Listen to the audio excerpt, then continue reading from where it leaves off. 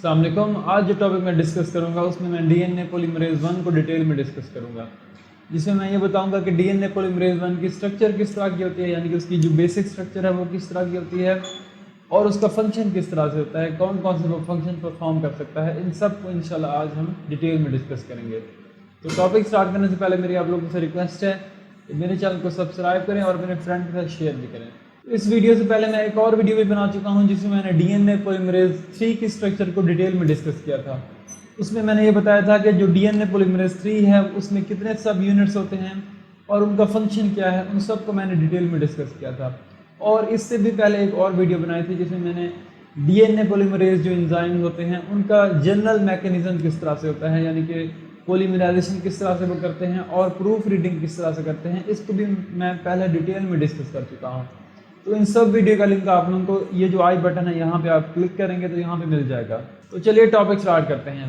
तो यहाँ पे मैंने एक डायग्राम बनाई हुई है, ये क्या है, डीएनए पॉलीमरेज 1 एंजाइम है। तो जैसे मैंने प्रीवियस वीडियो में जो कि मैंने डीएनए पॉलीमरेज 3 पे बनाई थी उसमें मैंने बताया था कि जो डीएनए पॉलीमरेज 3 एंजाइम है उसमें मल्टीपल सब यूनिट्स होते हैं, लेकिन जो डीएनए पॉलीमरेज 1 एंजाइम है उसमें सिर्फ एक ही सब यूनिट होता है और वही एक सब यूनिट क्या कर रहा होता है, मल्टीपल फंक्शन परफॉर्म कर रहा होता है। और इससे पहले भी मैंने एक वीडियो बनाई थी उसमें मैंने बताया था कि जो डीएनए पॉलीमरेज एंजाइम होते हैं उनका बेसिक मैकेनिज्म या बेसिक काम क्या होता है कि वो पॉलीमराइजेशन करेंगे 5 to 3 डायरेक्शन में, यानी कि उनका बेसिक काम क्या होता है कि वो पॉलीमराइजेशन करते हैं 5 to 3 डायरेक्शन में। और एक और बात भी मैंने बताई थी कि जो जितने भी डीएनए पॉलीमरेज एंजाइम होते हैं वो प्रूफ रीडिंग करते हैं 3 to 5 डायरेक्शन में। और प्रूफ रीडिंग मैंने आप लोगों को बताया था कि एक्चुअली क्या होता है, जो एक्सोन्यूक्लियस प्रॉपर्टी होती है डीएनए पॉलीमरेज की उसको हम कहते हैं प्रूफ रीडिंग, और वो किस डायरेक्शन में होती है, 3 to 5 डायरेक्शन में। तो जितने भी डीएनए पॉलीमरेज एंजाइम होते हैं वो 3 to 5 डायरेक्शन में प्रूफ रीडिंग या एक्सोन्यूक्लियस उनकी प्रॉपर्टी होती है। ये तो मैंने बताया था जितने भी डीएनए पॉलीमरेज होंगे प्रोकैरियोट्स में उन सब की ये दो बेसिक प्रॉपर्टीज होंगी। इसके अलावा मैंने एक चीज़ और भी बताई थी कि जो डीएनए पॉलीमरेज 1 होता है उसमें एक एक्स्ट्रा प्रॉपर्टी होती है as compare to other DNA polymerase. वो क्या होती है कि ये जो डीएनए पॉलीमरेज 1 होता है ये क्या कर सकता है, ये 5 to 3 डायरेक्शन में भी एक्सोन्यूक्लियस इसकी प्रॉपर्टी होती है, यानी कि ये 5 to 3 डायरेक्शन में न्यूक्लियोटाइड्स को रिमूव कर सकता है। तो इसकी एक्स्ट्रा प्रॉपर्टी क्या होती है कि ये 5 प्राइम टू 3 प्राइम डायरेक्शन में न्यूक्लियोटाइड्स को रिमूव करवा सकता है, यानी कि इसकी एक्सोन्यूक्लियस प्रॉपर्टी जो है वो 3 to 5 डायरेक्शन में भी होती है और 5 to 3 डायरेक्शन में भी इसकी एक्सोन्यूक्लियस प्रॉपर्टी होती है। और इसकी पॉलीमराइजेशन जो प्रॉपर्टी होती है वो क्या होगी, 5 to 3 डायरेक्शन में होगी। अब हम देखते हैं कि ये जो डिफरेंट इनकी प्रॉपर्टी है, 5 to 3 डायरेक्शन में पॉलीमराइजेशन हो रही है और 3 to 5 डायरेक्शन में जो इसकी एक्सोन्यूक्लियस प्रॉपर्टी है और इसकी 5 to 3 डायरेक्शन में जो एक्सोन्यूक्लियस प्रॉपर्टी है, ये कहाँ कहाँ पे होती है और किस तरह से काम करती है, इसको अब हम देखते हैं। तो फर्स्ट ऑफ ऑल हम देखते हैं कि इसकी जो 5 to 3 पॉलीमराइजेशन प्रॉपर्टी होती है डीएनए पॉलीमरेज 1 की, वो किस तरह की होती है। तो यहाँ पे मैंने सेंटर में ये जो एरिया बनाया हुआ है इसमें मैं इसकी 5 to 3 पॉलीमराइजेशन प्रॉपर्टी को शो करूँगा। तो अब ये पॉलीमराइजेशन किस तरह से करते हैं, जैसे मैंने प्रीवियस वीडियो में बताया था कि जब टेम्पलेट स्ट्रैंड प्रेजेंट होता है, टेम्पलेट स्ट्रैंड मीन कि ऑलरेडी एग्जिस्टिंग जो डीएनए का स्ट्रैंड होता है उसको वो रीड करते हैं और उसके अकॉर्डिंग वो एक नया स्ट्रैंड को बनाते हैं, तो उसको हम कहते हैं टेम्पलेट बेस्ड डीएनए पॉलीमराइजेशन। ठीक है, तो हमेशा ये क्या करेंगे, 5 to 3 डायरेक्शन में पॉलीमराइजेशन करवाएंगे। तो फर्ज करें यहाँ पे हमारे पास एक टेम्पलेट स्ट्रैंड है, ये हमारे पास एक टेम्पलेट स्ट्रैंड है और उसका जो सीक्वेंस है वो कुछ इस तरह से है, ये हो गया उसका 3 प्राइम एंड और ये हो गया उसका 5 प्राइम एंड। ठीक है, तो अब इसका जो कुछ सीक्वेंस है वो कुछ इस तरह का है कि यहाँ पे एडेनिन है, फर्ज करें यहाँ पे है ग्वानिन, यहाँ पे साइटोसिन, एडेनिन, साइटोसिन, ग्वानिन, यहाँ पे हो गया साइटोसिन, यहाँ पे हो गया ग्वानिन, यहाँ पे हो गया साइटोसिन। तो इस तरह से कुछ एक सीक्वेंस है हमारे पास। और यहाँ पे जो है एक स्टैंड है, जो न्यू स्टैंड हमारा बन रहा है वो उसको मैं हाफ शो कर देता हूँ कि अभी तक वो पूरा स्टैंड नहीं बना। ठीक है, अब ये जो न्यू स्टैंड बन रहा होगा वो क्या होगा, इसके अकॉर्डिंग होगा, यानी कि ये जो टेम्पलेट स्टैंड है इसके कम्प्लीमेंट्री होगा। वो किस तरह से, यानी कि यहाँ पे अगर है एडेनिन तो यहाँ पे नीचे क्या होगा, थायमीन होगा जो नया स्टैंड है। इस तरह से इसके ऊपर होगा साइटोसिन, यहाँ पे क्या होगा ग्वानिन, इसके ऊपर क्या होगा थायमीन और इसके ऊपर ग्वानिन होगा। और इसी तरह यहाँ पे क्या होगा साइटोसिन होगा। और यहाँ पे ये जो डीएनए पॉलीमरेज एंजाइम है 1 जो है वो क्या कर रहा है, वो एक्चुअली इस टेम्पलेट स्ट्रैंड को रीड कर रहा है और इसके अकॉर्डिंग यही डीएनए पॉलीमरेज एंजाइम इन जो न्यू न्यूक्लियोटाइड्स हैं इनको ऐड किया जा रहा है। ठीक है, तो अब क्या होगा इसके अकॉर्डिंग वो क्या ऐड कर देगा, यहाँ पे ग्वानिन को ऐड कर देगा। अब ये जो 2 एरियाज मैंने शो किए हुए हैं, ये जो डिब्बे मैंने बनाए हुए हैं रेड में, ये जो एरिया होता है इसको हम कहते हैं इंसर्शन साइट। इसको हम क्या कहते हैं इंसर्शन साइट, क्योंकि इस एरिया में नया न्यूक्लियोटाइड ऐड हो रहा होता है। ये क्या होता है इंसर्शन साइट, इसको हम कहते हैं। ये हो गई इंसर्शन साइट। ठीक है, और ये जो होती है इसको हम कहते हैं पोस्ट इंसर्शन साइट। इसको हम क्या कहते हैं पोस्ट इंसर्शन साइट। अब इसको हम इंसर्शन साइट और इसको पोस्ट इंसर्शन साइट क्यों कहते हैं, उसमें होता यह है कि जब ये यहाँ पे नया न्यूक्लियोटाइड ऐड होता है, मसलन जैसे यहाँ पे साइटोसिन के अकॉर्डिंग यहाँ पे ग्वानिन आके अटैच हो गया है, तो अब क्या होगा यहाँ पे ये काम हो गया है इसका। अब डीएनए पॉलीमरेज क्या होगा 1 जो है वो आगे की तरफ मूव करेगा। तो जब ये आगे की तरफ मूव करेगा, अब ये वाला डब्बा जो है वो यहाँ पे आ जाएगा और ये वाला जो डब्बा है वो आगे चला जाएगा, यानी वो फ्री हो जाएगा। कुछ इस तरह से मैं यहाँ पे इसको इरेज करके दोबारा बना देता हूँ, यानी कि ये जो एरिया है यानी कि डीएनए पॉलीमरेज, अब मैं इसको इरेज करके पॉलीमरेज को तो आगे नहीं शो कर रहा, जस्ट इसका ये जो डिब्बा है वो शो कर रहा हूँ कि पहले जो यहाँ पे ये जो पोस्ट इंसर्शन साइट थी वो अब यहाँ पे आ गई है पोस्ट इंसर्शन साइट, और इंसर्शन साइट जो है वो आगे चली गई है, यानी कि वो इधर आ गई है, वो फ्री हो गई है। अब इस इंसर्शन साइट पे दोबारा क्या होगा इसके अकॉर्डिंग, यानी कि जो ग्वानिन है इसके अकॉर्डिंग क्या अटैच हो जाएगा, यहाँ पे साइटोसिन आके अटैच हो जाएगा, यानी कि इस तरह से यहाँ पे साइटोसिन आके अटैच हो जाएगा। फिर इस तरह क्या होगा जब ये इसका काम हो जाएगा, अब क्या होगा डीएनए पॉलीमरेज आगे की तरफ मूव करेगा। तो जब ये आगे की तरफ मूव करेगा अब फिर वही होगा कि इसकी जो इंसर्शन साइट है वो क्या होगी इधर आ जाएगी, और पोस्ट इंसर्शन साइट क्या होगी इधर आ जाएगी। तो ये अब फ्री हो जाएगी, फिर इस तरह से वो अपना काम करेगा और इसके अकॉर्डिंग यहाँ पे वो ग्वानिन को ऐड करवाता जाएगा। तो इस तरह से ये पॉलीमराइजेशन का काम करता जाएगा। तो ये है जो एरिया होता है इसको हम कहते हैं ये उसकी पॉलीमराइजेशन प्रॉपर्टी को परफॉर्म कर रहा होता है। ठीक है, अब हम दूसरी इसकी प्रॉपर्टी देखते हैं, वो क्या है 3 to 5 एक्सोन्यूक्लियस प्रॉपर्टी। तो क्योंकि जैसे मैंने बताया कि एक ही सब यूनिट होता है, उसी के अंदर ही ये मल्टीपल फंक्शन परफॉर्म कर रहा होता है। तो अब ये था उसका पॉलीमराइजेशन का पार्ट, और यहाँ पे मैंने ये जो डब्बा शो किया हुआ है ये उसका क्या होता है एक्सोन्यूक्लियस इसकी प्रॉपर्टी को परफॉर्म करता है, और वो क्या होती है 3 to 5 एक्सोन्यूक्लियस प्रॉपर्टी को।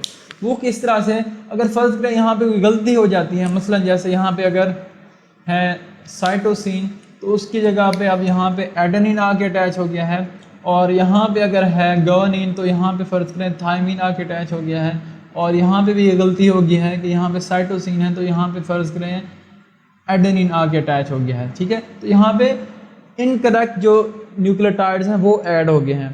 तो अब इस गलती को सुधारने के लिए क्या करेगा डीएनए पॉलीमरेज 1, वो जो ये वाला एरिया है अब इसको वो यूटिलाइज करेगा, इस एरिया को यूटिलाइज करेगा।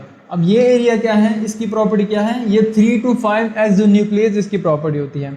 अब अगर आप लोग देखें तो इसकी पॉलीमराइजेशन किस तरफ को जा रही थी, पॉलीमराइजेशन जो थी वो ये देखें टेम्पलेट स्ट्रैंड हमारा क्या था 3 to 5 डायरेक्शन में, और पॉलीमराइजेशन इसकी किस डायरेक्शन में जा रही थी 5 to 3 डायरेक्शन की तरफ पॉलीमराइजेशन हो रही थी। अब क्योंकि गलती हो गई है और पीछे की तरफ आना है ताकि ये सारी गलती को सुधारा जा सके, यानी कि एडेनिन जो है इसको भी रिमूव किया जा सके, थायमीन को भी रिमूव किया जा सके, और ये जो एडेनिन गलत आके अटैच हो गया है इसको भी रिमूव किया जा सके।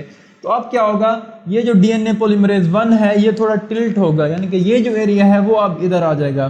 ठीक है, जब ये एरिया इधर आ जाएगा तो अब वो क्या करेगा, पहले इसको रिमूव करेगा, ठीक है, फिर इसको रिमूव कर देगा ये एरिया जो है, और फिर इसको रिमूव कर देगा, और इस तरह से ये क्या होगी देखें 3 to 5 डायरेक्शन में इसकी एक्सोन्यूक्लियस प्रॉपर्टी होगी है। तो यानी कि इसकी 3 to 5 एक्सोन्यूक्लियस जो प्रॉपर्टी होती है वो अलग से होती है, यानी कि वो ये जो एरिया होता है वो ये परफॉर्म कर रहा होता है, और इसी को हम प्रूफ रीडिंग कहते हैं। ठीक है, अब जब ये एरिया खाली हो जाएगा तो अब क्या होगा, ये जो एरिया है पहले जो यहाँ पे आ गया था अब दोबारा टिल्ट होगा, अपनी जगह पे चला जाएगा, और पॉलीमराइजेशन का जो एरिया है वो अपनी जगह पे आ जाएगा।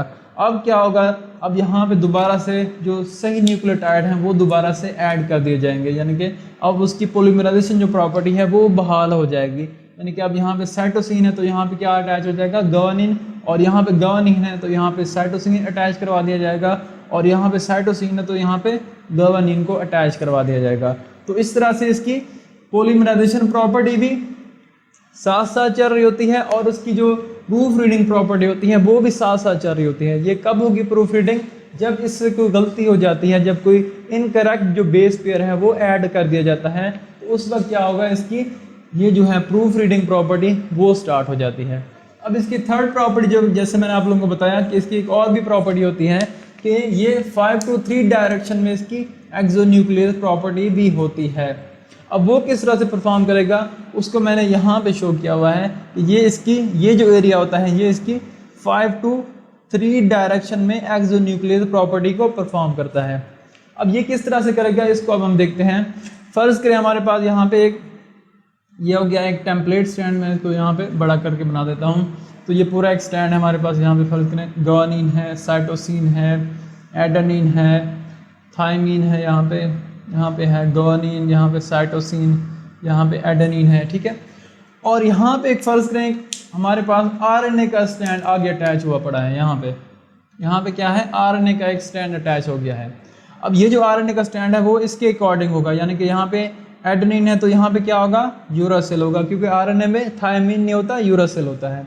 और ये इसका क्या एंड है, ये इसका 5 प्राइम एंड है, क्योंकि ये जो नीचे वाला स्टैंड है ये 5 to 3 डायरेक्शन में है, ठीक है। तो ये इसका 5 प्राइम है और ये इसका 3 प्राइम है। तो यहाँ पे एडेनिन के साथ यूरासिल, थायमिन के साथ क्या होगा, एडेनिन होगा, ग्वानिन के साथ साइटोसिन, साइटोसिन के साथ ग्वानिन, और एडेनिन के साथ दोबारा यूरासिल होगा। तो अब करता ये है कि इसका जो 5 to 3 डायरेक्शन में इसकी एक्सोन्यूक्लियर प्रॉपर्टी है, ये क्या करेगी, जैसे ही ये जो डीएनए पॉलीमरेज आगे की तरफ मूव करेगा, आगे जो इसके आरएनए होगा उसको वो रिमूव करवाता जाएगा, क्योंकि ये 5 to 3 डायरेक्शन में न्यूक्लियोटाइड्स को रिमूव करता है। और ये भी देखें नीचे वाला स्टैंड जो है, जो कि आरएनए का स्टैंड है, जिसकी हमें ज़रूरत नहीं है, ये भी क्या है 5 to 3 डायरेक्शन में ही है। तो ये क्या करेगा, ये जो आरएनए का एक स्टैंड बन गया है इसको रिमूव करना स्टार्ट कर देगा, क्योंकि ये एक्सोन्यूक्लियर प्रॉपर्टी होती है, और एक्सोन्यूक्लियर जो एंजाइम होते हैं वो हमेशा स्टार्ट से या फिर उधर से जो एंड है वहाँ से रिमूव करते हैं। अब जब डीएनए पॉलीमरेज आगे की तरफ मूव करेगा तो अब क्या होगा, यहाँ पे जो आगे ये जो आरएनए का स्टैंड अटैच है वो क्या करेगा, ये जो एरिया है डीएनए पॉलीमरेज 1 का, जो कि उसकी 5 to 3 एक्सोन्यूक्लियर प्रॉपर्टी परफॉर्म करता है, वो क्या करेगा, इस आरएनए स्टैंड को हटाना स्टार्ट कर देगा। यानी कि जैसे जैसे आगे की तरफ मूव करेगा साथ साथ ये जो है यूरासिल हो गया, एडेनिन, यहाँ पे साइटोसिन, ग्वानिन और यूरासिल, इन सब को हटा देगा। यानी कि यहाँ से जो है आरएनए स्टैंड जो है उसको यहाँ से गायब करवा देगा। अब ये जब आगे से गायब हो जाएगा तो पीछे से ये जो एरिया है उसका पॉलीमराइजेशन का जो एरिया है वो क्या होगा, वो भी साथ साथ चल रहा है। तो वो क्या करता जाएगा, पीछे से जो डीएनए के स्टैंड है उनको वहाँ पे ऐड करवाता जाएगा। यानी कि यहाँ पे है साइटोसिन तो यहाँ पे ग्वानिन को अटैच करवाता जाएगा, यानी कि ये आगे की तरफ मूव कर रहा है। तो ये ग्वानिन के साथ साइटोसिन, साइटोसिन के साथ ग्वानिन। अब यहाँ पे पहले देखें, यहाँ पे यूरासिल था, लेकिन 5 to 3 डायरेक्शन में जो उसका एक्सोन्यूक्लियर प्रॉपर्टी का जो एरिया था, ये वाला एरिया जो था, उसने यहाँ से यूरासिल को आगे से रिमूव कर दिया है, ठीक है। तो अब जब वो रिमूव हो गया तो अब ये एरिया फ्री हो गया है, तो अब ये पॉलीमराइजेशन का जो पोर्शन है वो यहाँ पे ऐड करवा देगा। अब यहाँ पे यूरासिल नहीं होगा बल्कि क्या होगा, थायमिन होगा, ठीक है। और इसी तरह थायमिन की जगह पे यहाँ पे क्या होगा, एडेनिन होगा, ग्वानिन, यहाँ पे होगा यहाँ पे साइटोसिन होगा, ग्वानिन, और यहाँ पे थायमिन होगा। तो इस तरह से क्या हुआ कि उसकी जो 5 to 3 डायरेक्शन में प्रॉपर्टी थी, एक्सोन्यूक्लियर प्रॉपर्टी, उसकी मदद से आगे जो भी स्टैंड होगा, चाहे वो डीएनए का हो या फिर आरएनए का स्टैंड हो, उसकी मदद से वहाँ से रिमूव किया जा सकता है उसको, ठीक है। और इस प्रोसेस को हम निक ट्रांसलेशन भी कहते हैं, ठीक है। तो आई होप आप लोगों को समझ आ गया होगा कि उसकी पॉलीमराइजेशन प्रॉपर्टी जो है वो किस तरह से होती है डीएनए पॉलीमरेज 1 की। उसकी जो एक्सोन्यूक्लियर प्रॉपर्टी होती है 3 to 5 डायरेक्शन में, जिसे हम प्रूफ रीडिंग कहते हैं, वो किस तरह से होगी। और इसके अलावा निक ट्रांसलेशन किस तरह से करेगा डीएनए पॉलीमरेज 1, यानी कि वो 5 to 3 डायरेक्शन में न्यूक्लियोटाइड्स को किस तरह से रिमूव करेगा, ये भी हमने डिटेल में डिस्कस किया है। ठीक है, तो आई होप आप लोगों को आज का टॉपिक समझ आ गया होगा। तो अगर वीडियो पसंद आई है तो मेरे चैनल को सब्सक्राइब करें और अपने फ्रेंड का शेयर भी करें, और चैनल लाजमी सब्सक्राइब कीजिएगा क्योंकि बहुत मेहनत होती है वीडियो बनाने में। अल्लाह हाफ़िज़।